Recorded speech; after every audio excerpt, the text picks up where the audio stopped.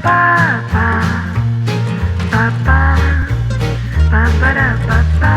guys, today I'm going to make a pork tenderloin with a Masa crust, and then along with that will be a Chipotle Chimichurri and my pan-seared Brussels sprouts, which I make a lot, so I thought it would be awesome to show you guys how I do those. And also, I'm going to make today some corn escabeche with veggies, which is the pickled, some pickled vegetables that you can use as a condiment on the side. Since we're using chipotles for the chimichurri, I'm gonna have some leftover adobo sauce, and I'm going to use that to make a ranch dressing. So that won't be included on this main video, but you'll see those small individual videos coming up soon on the channel. So let's get started. All right, so first I'm gonna start with my chimichurri. And the reason I'm doing this is because I can just let it sit and marinate while I'm cooking my pork and my Brussels sprouts. So I'm starting with 2 bunches of cilantro, a bunch of parsley. And I'm going to just cut off the ends. I'm going to use the stem still, but I just want to cut off the ends of the cilantro and parsley. And I'm going to use my food processor to make this side salsa. So before I put it in this bowl, I'm going to cut them into smaller pieces to help my food processor chop it up easier. As you can see, this is going to make a good deal of chimichurri, so you can have some left over and use it for other things that might pop up on a weeknight for dinner.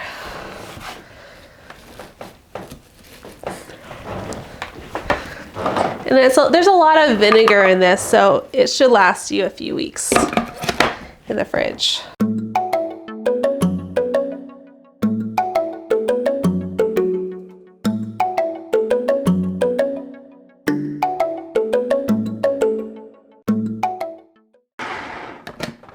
So I'll just give it a little stir to help move things around. But what's going to help me is when I add in the liquid to this, it'll start really spinning. So next I'll add in my chipotles.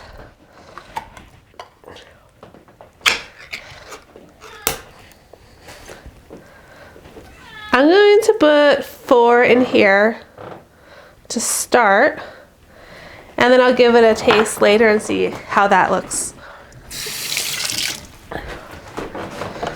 Another thing is I'm going to go really heavy on red wine vinegar in here for a nice pucker, and then I'll finish it off with some oil.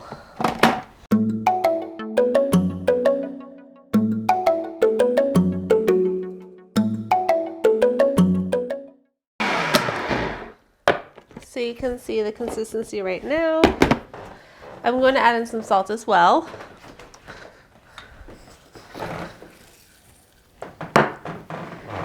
And then I don't need that much oil for this. I got some, I have all that liquid from the chipotle, and I have liquid from the vinegar I put in here. So I'm just gonna need to add just a tiny bit of oil.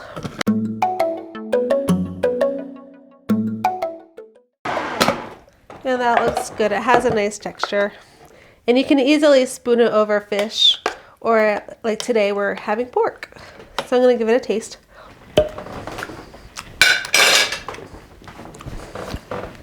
It's delicious.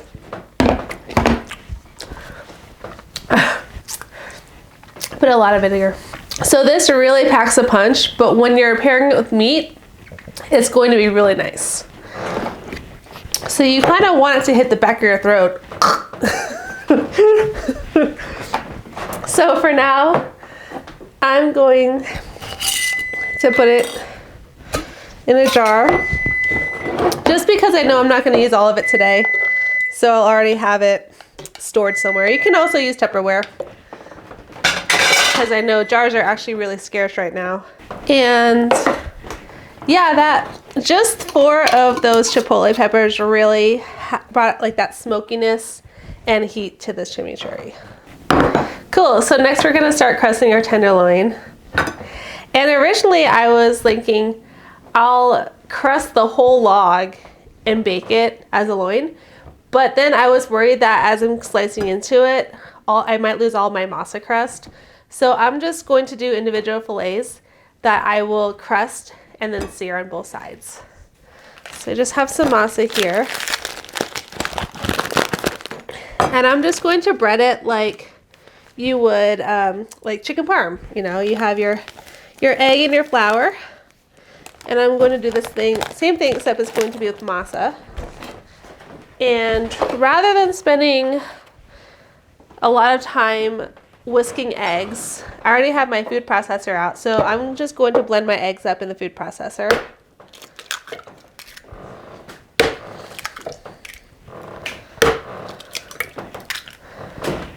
And I'll add just a splash of water to that.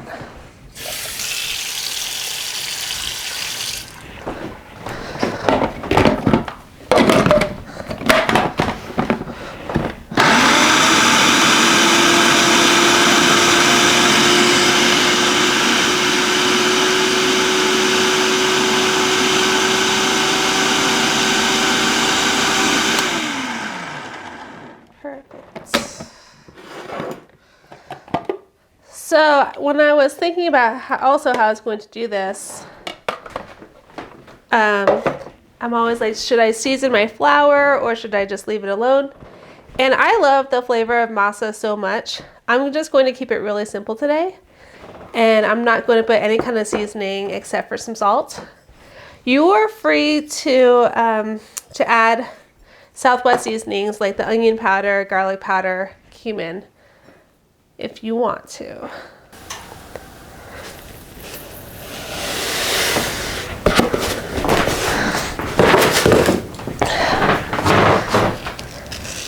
And I'm going hard on this because once I dip that tenderloin in the egg, it's going to lose its seasoning. So I'm going to rely a lot on what's in here. I'm going to open this over the sink.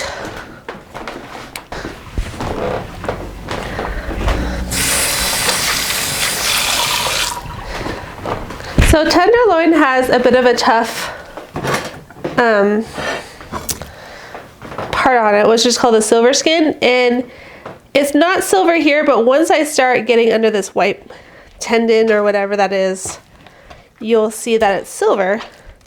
And the reason I'm going to take this off is because it doesn't break down while you're cooking. So it's important to remove this part so you don't have just this tough portion of meat on your steaks.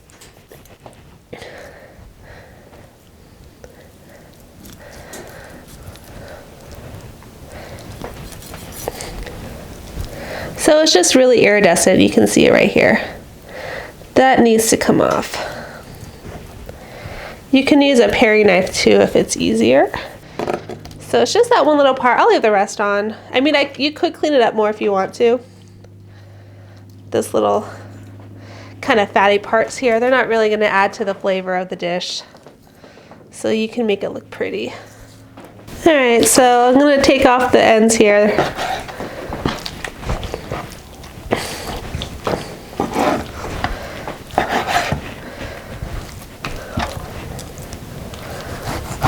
I can just reserve them and use them for something else. I won't throw them away.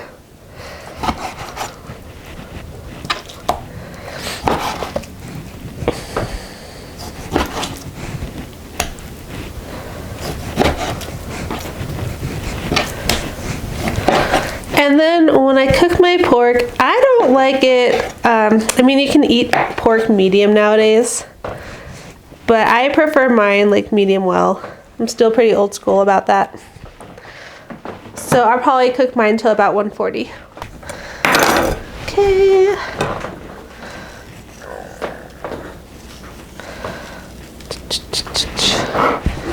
So I'm going to single crust these, which means I'm going to just put them in the egg and the flour. Also, I have my wet hand and my dry hand, right? So I'm just going to use my right hand only for the wet stuff, and my left hand for the dry stuff.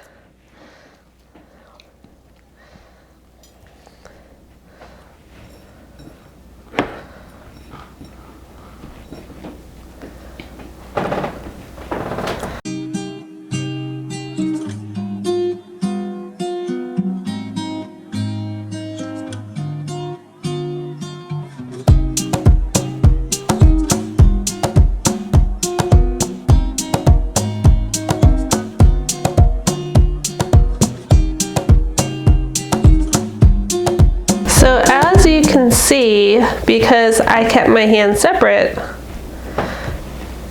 I'm not super clumpy right here. So it's a lot easier to wash your hands off when they look like this. All right, time to chop my Brussels sprouts, or cut my Brussels sprouts in half for my side here.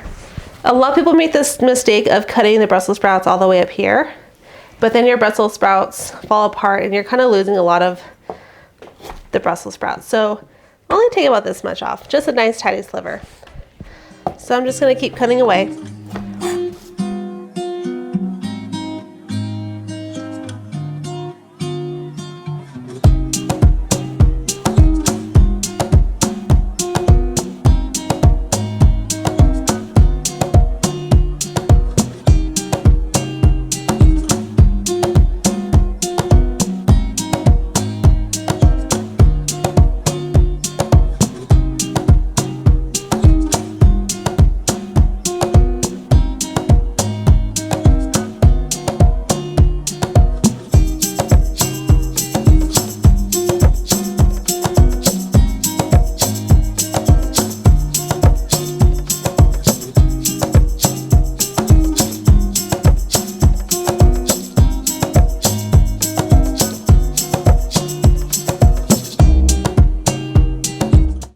So while I'm waiting for my pans to heat up, I'm going to cut up a slab of butter and lemon for my Brussels sprouts. I also have my oven heated to 425 because there's no way I can cook my pork entirely in the pan with that crust without it burning. So what I'm going to do is just sear off my crust until it's golden brown, and then put it on this rack. Because another thing is, if I just put it straight on the pan, there's a huge chance that the bottom of my meat's going to get mushy. If you have a fish spatula in your kitchen, that would be the best tool to use because it's flexible, it's sharp, so that means I can get underneath the crust without it sticking to the pan. So I'm going to get started here. I have my pork tenderloin pan probably at medium because I don't want to cook that too fast because the crust I feel like is going to cook really fast today. So I want to give it time to get golden brown and not black. So here we go, and then in oil for my Brussels. Usually I do it the other way around, but gonna get those in.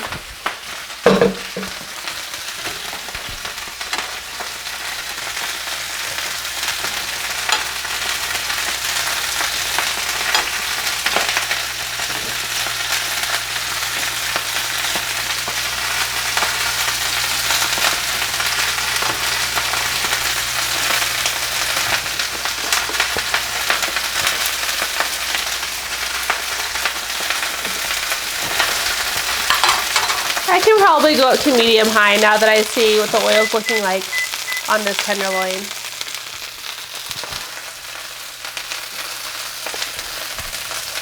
And then this guy I have to be careful about. I'll probably flip these about 5 times. I do want to get them nice and caramelized. So I'm going to get color on them and then I'll finish them in the oven.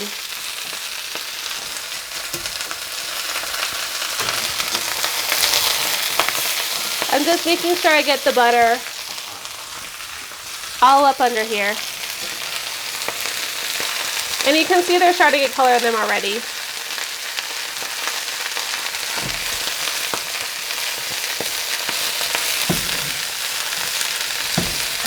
I'm going to add in my salt now.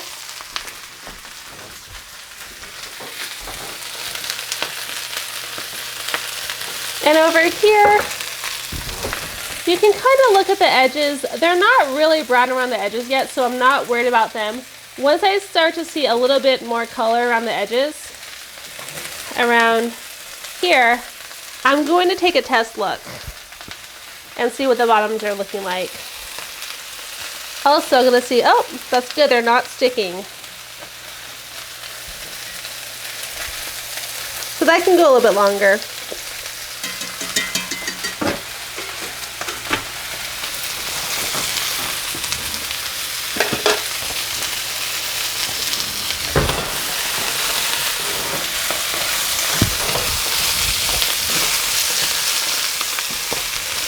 Don't let your pan get dry with these Brussels sprouts.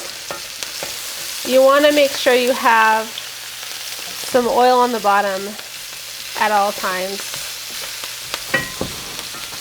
So I'm going to add some more oil in.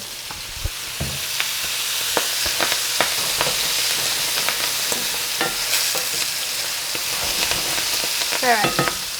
So the heat's picking up on this side. It takes a second since it's electric. Look at that. I might, since the crust is so strong, can just flip them.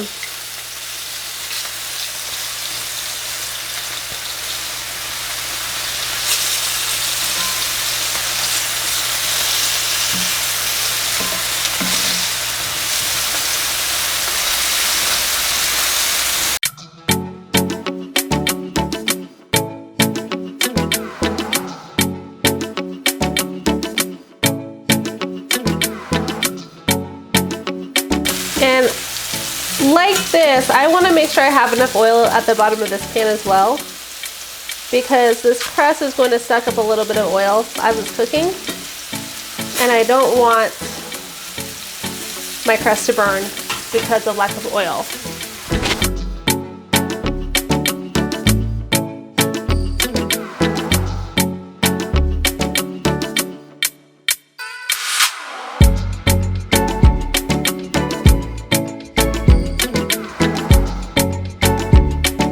Also with these Brussels, because I'm on an electric stove, there's more of a chance that they'll burn or cook faster. If you have a gas at home, you won't need to stir these quite as much as what I'm doing right now.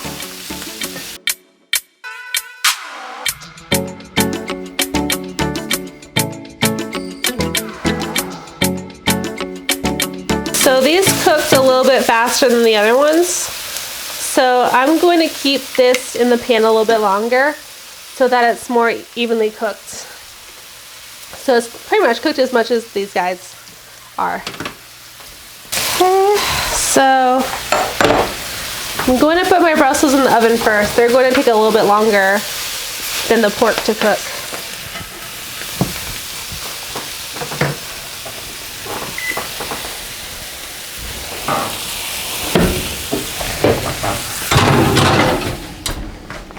So I have had my Brussels in for a few minutes. It's time to put my pork in. And then the pork will probably take about 4 to 5 minutes.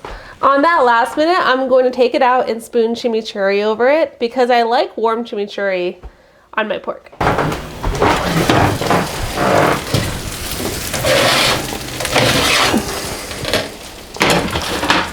So I can give these a little squeeze. They're still pretty rare, but after a minute or so, after I put this chimichurri on,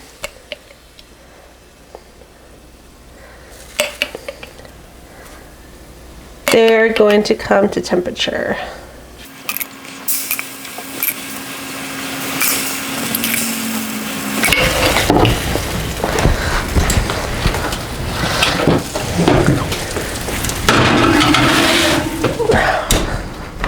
Awesome, so I'm taking my pork out. I'm going to let it rest for a few minutes. And I'm going to leave my Brussels in the oven, but I'll just shut the oven to let them, or to keep them warm while we're waiting.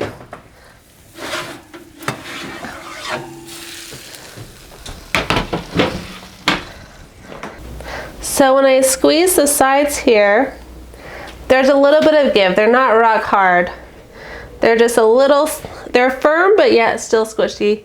And that should give us a nice medium to medium well tenderloin.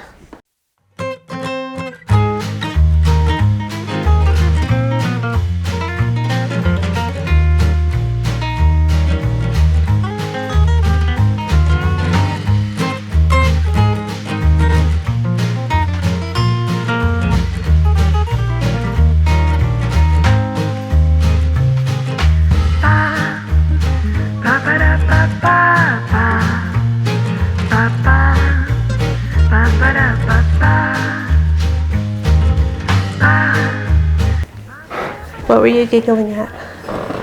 Some salt is like so much.